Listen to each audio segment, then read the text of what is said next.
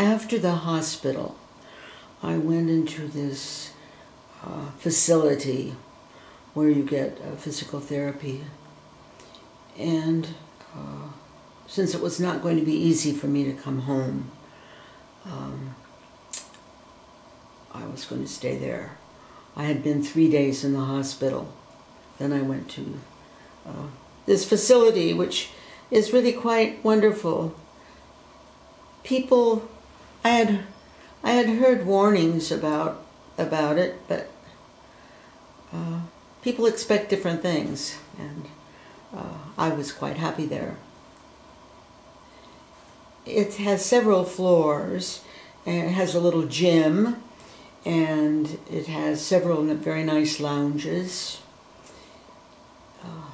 So as soon as I got mobile, I would, like, when friends brought food, we'd go up to the lounge, the big lounge on the 6th floor. This was a big room. It had a grand piano in it, several little nooks and tables, chairs. It was like a giant living room. A little parakeet resides there, and a fish tank. The more time you spend out in the halls and in these places, the more people you get to meet. It's a great leveler, sort of like the DMV. There are people there from all walks of life. They're not all poor welfare people. On several occasions, I saw a man that I found very offensive. He was in a wheelchair. He was usually accompanied by 2 women who I think were sisters. They were probably in their 40s. He was maybe late 40, early 50. He was always ranting.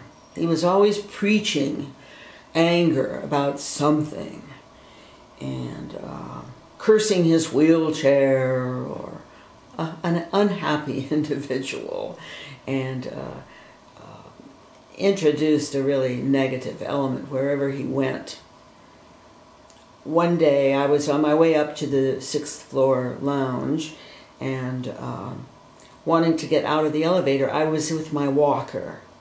I had a friend, and I was with my walker, and we wanted to get out of the elevator.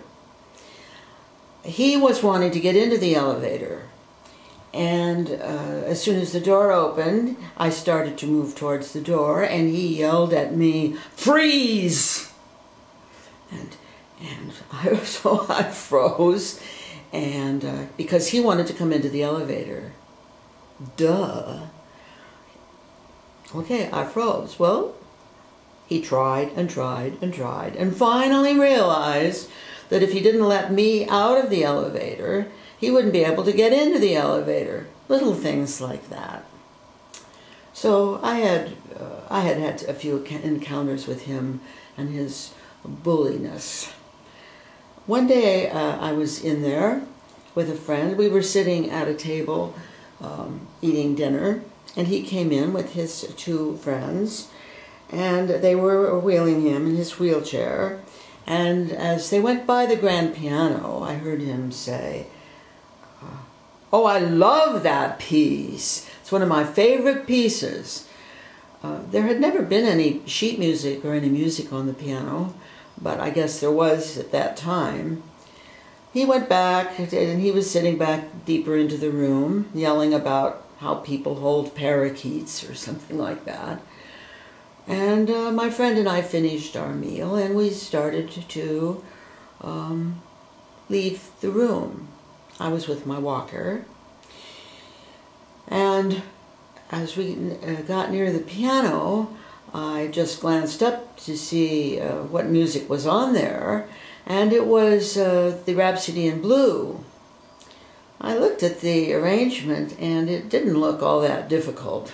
So I don't think I've ever played that piece. I used to play the Gershwin Piano Concerto, but I never did the Rhapsody in Blue. So I set aside the walker and sat down at the piano and played it.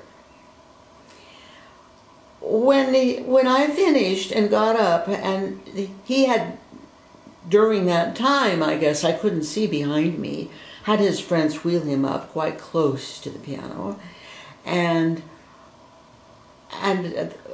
minute I finished, there was all this applause, and I turned around.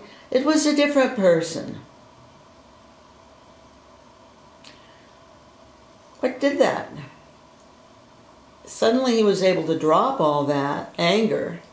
Music got to him. And as we made our exit, I said, I played that for you. You said it was your favorite piece. And exit stage right. Music hath charms.